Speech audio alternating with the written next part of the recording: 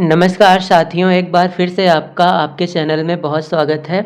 आज की क्लास में हम डीएलएड फर्स्ट सेमेस्टर के दूसरे पेपर शिक्षण अधिगम के सिद्धांत इससे संबंधित कुछ इम्पॉर्टेंट क्वेश्चंस को सॉल्व करेंगे। यदि आपको आंसर पता हो तो आप कमेंट करके भी बता सकते हैं। तो आइए स्टार्ट करते हैं क्वेश्चन नंबर 1 से। टीएलएम का पूरा नाम क्या है? टीएलएम का हमें फुल फॉर्म बताना है। टीएलएम का मतलब होता है, टी का मतलब है टीचिंग, एल फॉर लर्निंग और एम का मतलब है मटेरियल। वे सभी चीज़ें जो टीचिंग में सहायक होती हैं उन्हें हम कहते हैं टीचिंग लर्निंग मटेरियल। तो यहाँ पर ऑप्शन बी सही होगा। टीएलएम का मतलब होता है टीचिंग लर्निंग मटेरियल, अर्थात टीचिंग में सहायक सामग्रियाँ। दूसरा प्रश्न है, शिक्षक के पूर्व ज्ञान पर ही नए ज्ञान को आधारित करना चाहिए। यह कथन किस शिक्षण सूत्र की ओर संकेत करता है?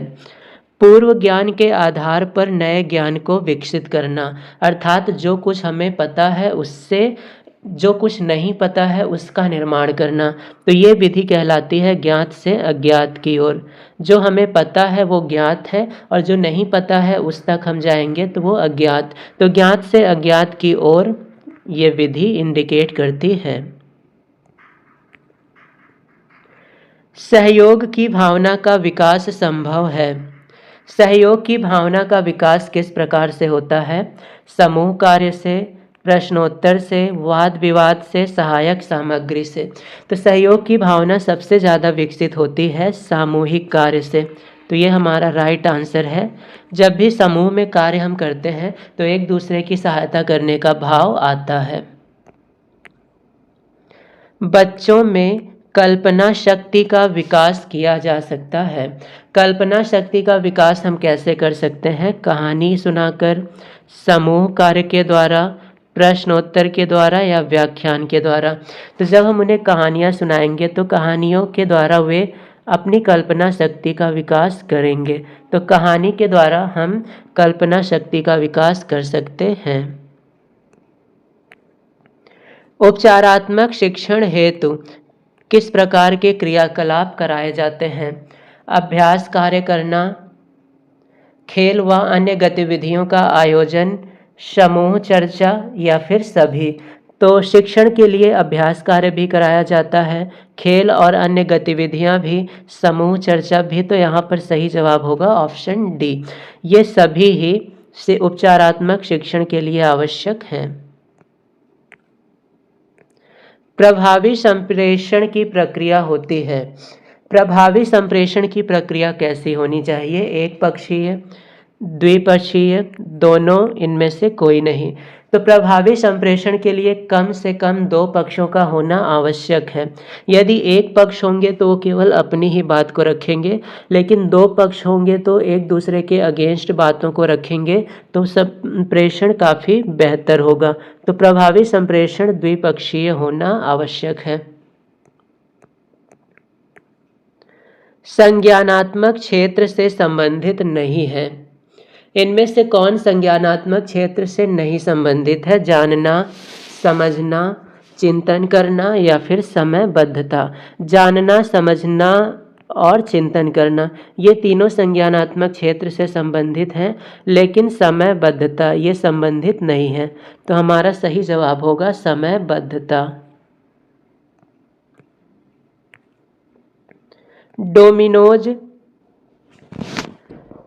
डोमिनोज सर्वाधिक उपयोगी है। डोमिनोज का उपयोग हम कहाँ पर कर सकते हैं?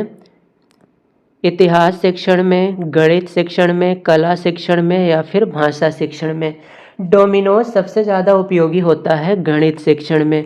ये संख्याओं का एक मैजिक वर्ग जैसा होता है जिसकी सहायता से हम भिन्न और आदि कई चीज़ जैसे अनुपात आदि को अच्छे से समझा सकते हैं। तो डोमिनोज क्या है? तो डोमिनोज एक संख्याओं पर आधारित मैजिक वर्ग है और इसकी सहायता से हम गणित का शिक्षण आसानी से कर सकते हैं।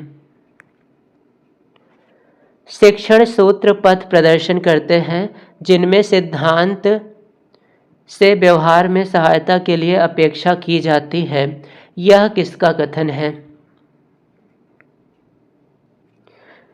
शिक्षण की सहायता से हम ऐसे मार्गों को प्रदर्शित करते हैं जो सैद्धांतिक रूप से व्यवहार में हमारी सहायता करते हैं। यह किसका कथन है? रूसो का, रेमंड का, हर्बर्ट गुली का, आर.के. शर्मा का? तो ये कथन है हर्बर्ट गुली का। ऑप्शन सा इज राइट। वह शिक्षण प्रतिमान किसने बनाया जिसमें अध्यापक का स्थान कंप्यूटर ने ले लिया? अध्यापक को कंप्यूटर से रिप्लेस किसने किया? आशुबेल ने, Daniel Davis, Queens, John Reds. तो आशुबेल ने ऐसा टीचिंग प्रतिमान या फिर टीचिंग सैंपल बनाया जिसमें अध्यापक के स्थान पर एक रोबोट जैसे टीचर का उपयोग किया जाता है। शिक्षण अधिगम के सिद्धांत नहीं है। इनमें से कौन शिक्षण अधिगम का सिद्धांत नहीं है? क्रियाशीलता का सिद्धांत, प्रेरणा का सिद्धांत, रुचि का सिद्धांत, प्रयोगात्मक कार्य विधि। तो इनमें से क्रियाशीलता का सिद्धांत ये शिक्षण अधिगम है, प्रेरणा भी शिक्षण अधिगम है, रुचि भी शिक्षण अधिगम है, लेकिन प्रयोगात्मक कार्य विधि ये शिक्षण अधिगम नहीं है। तो हमारा सही जवाब होगा ऑप्शन डी। संप्रेषण के घटक हैं प्रेषक, संदेश, ग्राही या फिर सभी। संप्रेषण का मतलब होता है कम्युनिकेशन। मान लेते हैं एक पर्सन ये है और दूसरा पर्सन ये है, ये किसी सूचना को इस दूसरे व्यक्ति तक भेज रहा है, तो ये हमारा हो जाएगा प्रेषक। जो भी सूचना जा रही है वो संदेश, और जो जिस व्यक्ति तक जा रही है वो ग्राही। तो संप्रेषण के लिए ये तीनों आवश्यक हैं, तो हमारा सही जवाब होगा उपर्युक्त सभी। शिक्षण अधिगम निम्नलिखित में से श्रव्य दृश्य सामग्री नहीं है। इनमें से किससे हमें श्रव्य और दृश्य का कार्य नहीं हो सकता है? श्रव्य का मतलब सुनना और दृश्य का मतलब देखना। तो इनमें से कौन श्रव्य और दृश्य सामग्री नहीं है? तो रेडियो से हम सिर्फ सुन सकते हैं लेकिन देख नहीं सकते हैं। लेकिन चलचित्र, टेलीविज़न, कंप्यूटर, इन तीनों से हम सुन भी सकते हैं और देख भी सकते हैं। तो ये दोनों श्रव्य दृश्य हैं, लेकिन रेडियो केवल और केवल श्रव्य है।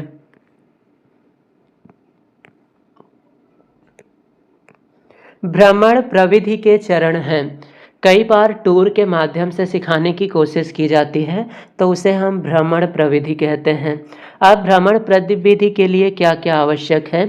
शैक्षिक उद्देश्य या प्रकरण का चुनाव। तो ये बहुत ही आवश्यक है, क्योंकि बिना उद्देश्य के कोई भी टूर सफल नहीं हो सकता है। अब टूर के लिए हमें एक स्थान का भी चयन करना पड़ेगा जहाँ पर हम बच्चों को ले जाएंगे। पर्यटन स्थल हेतु सामग्री, जब हम टूर पर जाएंगे तो सामग्री भी होनी चाहिए। तो ये तीनों ही आवश्यक हैं, तो सही जवाब है उपर्युक्त सभी। पाठ के प्रमुख तथ्यों को बार बार दोहराना किस शिक्षण सिद्धांत के अंतर्गत आता है? प्रेरणा का सिद्धांत, नियोजन का सिद्धांत, चयन का सिद्धांत, आवृत्ति का सिद्धांत। बार बार दोहराना, जब भी बार बार कोई चीज़ की जाती है, जैसे कोई संख्या बार बार किसी आंकड़े में आ रही है, तो उसे हम आवृत्ति कहते हैं। तो यहाँ पर बार बार दोहराना आवृत्ति का सिद्धांत कहलाएगा। शिक्षण को आनंददायक, मनोरंजक और रुचिपूर्ण बनाने हेतु उत्तम प्रविधि है। शिक्षण, ये शिक्षक नहीं होगा, शिक्षण को आनंददायक और मनोरंजक और रुचिपूर्ण बनाने के लिए सबसे उपयुक्त क्या है? तो इनमें व्याख्यान प्रविधि, खेल या गतिविधि प्रविधि, स्पष्टीकरण प्रविधि, अवलोकन या निरीक्षण प्रविधि।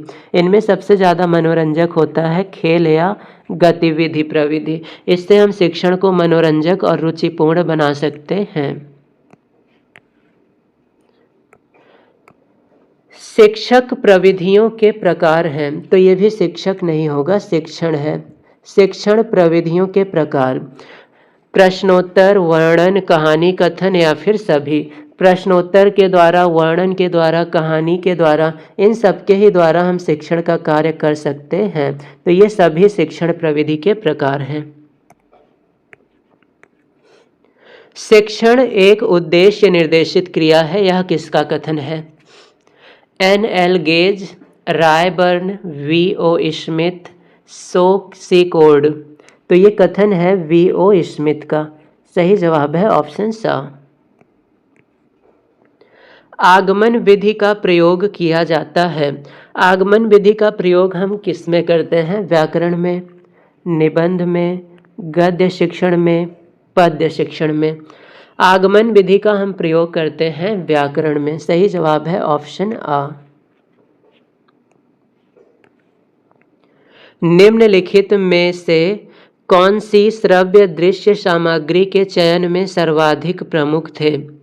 अर्थात श्रव्य दृश्य सामग्री के चयन के लिए इनमें से कौन सबसे ज़्यादा इम्पोर्टेंट है? धन की व्यवस्था, विषय वस्तु की प्रकृति, शिक्षकों की पसंद, छात्रों की पसंद। तो इनमें से सबसे ज़्यादा इम्पोर्टेंट है विषय वस्तु की प्रकृति। विषय वस्तु की प्रकृति के अनुसार ही हम श्रव्य दृश्य सामग्री का चयन करते हैं। जैसे हमें अगर मैप समझाना है तो हम मैप को लेकर आएंगे, जिस प्रकार का टॉपिक होगा, विषय होगा, उसी प्रकार की व्यवस्था की जाएगी। कक्षा शिक्षण में कौन सा संप्रेषण का घटक नहीं है? तो कक्षा शिक्षण में शिक्षक होंगे, पाठ्य वस्तु होगा, छात्र भी होंगे, लेकिन अभिभावक नहीं होगा। तो कक्षा शिक्षण में अभिभावक संप्रेषण का घटक नहीं होना चाहिए।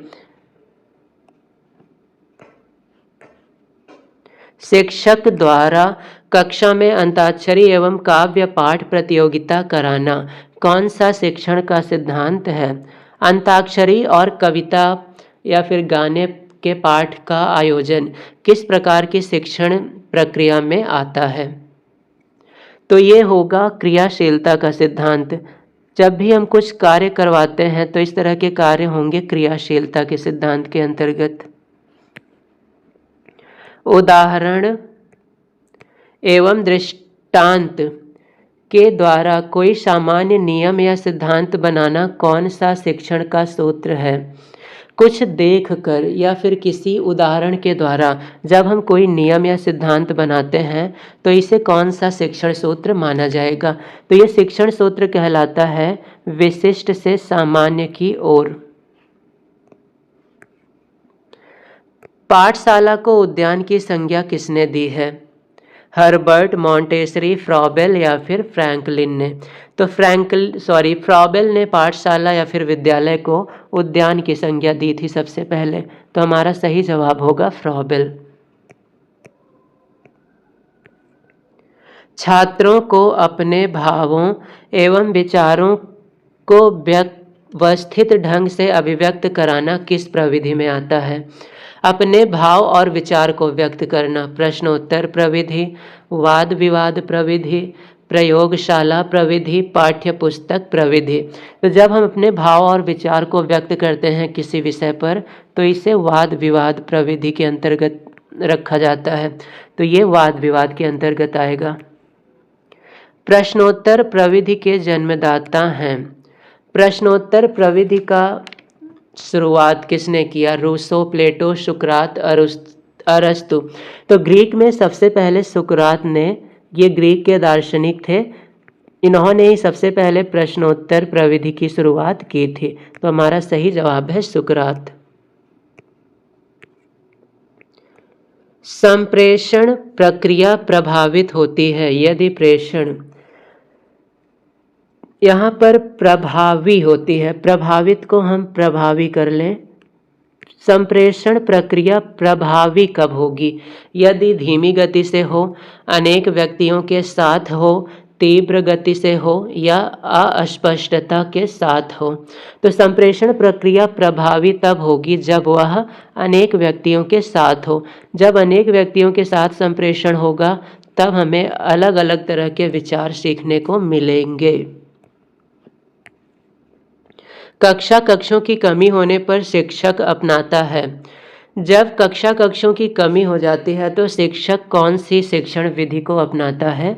बहुकक्षा, बहुस्तरीय, उपचारात्मक, सहभागी। तो इनमें से शिक्षक अपनाता है बहुकक्षा शिक्षण को। सही जवाब है ऑप्शन आ। कक्षा शिक्षण में प्रशंसात्मक शब्दों का प्रयोग किया जाता है। कक्षा शिक्षण में हम किसी छात्र की प्रशंसा किस लिए करते हैं? व्याख्यान कौशल, नियमन कौशल, पुनर्बलन कौशल, उद्दीपन परिवर्तन कौशल। हमें बताना है कि प्रशंसात्मक शब्दों का प्रयोग किस प्रकार का कौशल है? व्याख्यान कौशल, नियमन कौशल, पुनर्बलन कौशल, उद्दीपन परिवर्तन कौशल। तो प्रशंसा इसलिए की जाती है ताकि उनमें सीखने की जो बल है, दृढ़ इच्छा शक्ति है, वो और प्रबल हो। तो ये पुनर्बलन कौशल के अंतर्गत आएगा। कक्षा शिक्षण करते समय शिक्षक द्वारा टीएलएम का प्रयोग करने से पढ़ाते समय जब टीएलएम का प्रयोग करते हैं तो उसका क्या प्रभाव पड़ेगा? छात्र को पाठ सहजता से बोधगम्य हो जाता है, मानसिक विकास होता है, बौद्धिक विकास होता है, या फिर सभी? टीएलएम का प्रयोग करने से मानसिक विकास भी होता है, बौद्धिक विकास भी होता है और पाठ आसानी से याद हो जाता है। तो यहाँ पर तीनों ऑप्शन सही हैं, तो उपर्युक्त सभी हम टिक करेंगे। फ्लैनल बोर्ड किस प्रकार का टीएलएम है? फ्लैनल बोर्ड एक प्रकार का ऐसा यंत्र है जिसकी सहायता से हमें दिखाई देती हैं चीज़ें, और दिखाई देने को हम लोग कहते हैं दृश्य। तो फ्लैनल बोर्ड एक प्रकार का दृश्य टीएलएम है, विजिबल। तो इस प्रकार से आज की क्लास को हम यहाँ पर विराम करेंगे। अगली क्लास में थर्ड पेपर के कुछ इम्पॉर्टेंट क्वेश्चंस को सॉल्व करेंगे।